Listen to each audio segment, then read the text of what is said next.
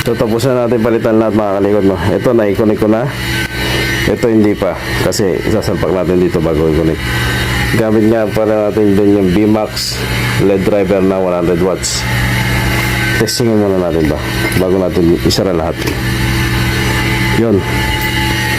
Ganito yung liwanag ng 4,000K. Yung dati nakakabit kasi dyan 3,000K. Meaning ng 3,000K, 3,000 Kelvin. So 4,000K, 4,000 Kelvin. So ito na yung 4,000 Kelvin. Kabit na natin ito lahat.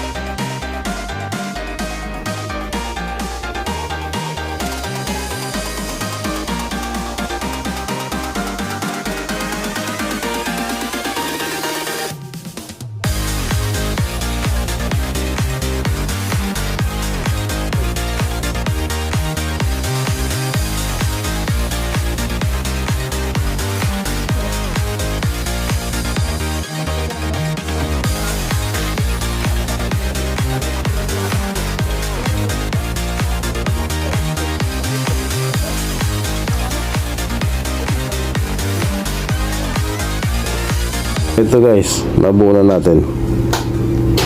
Ito na yung ginagawa natin kanina. Testingin na natin to. Plug in. Yan, ito na siya. So tapos na natin to. Ikakabit na natin to doon sa salon. Hanggang sa muli mga kalikot. Salamat.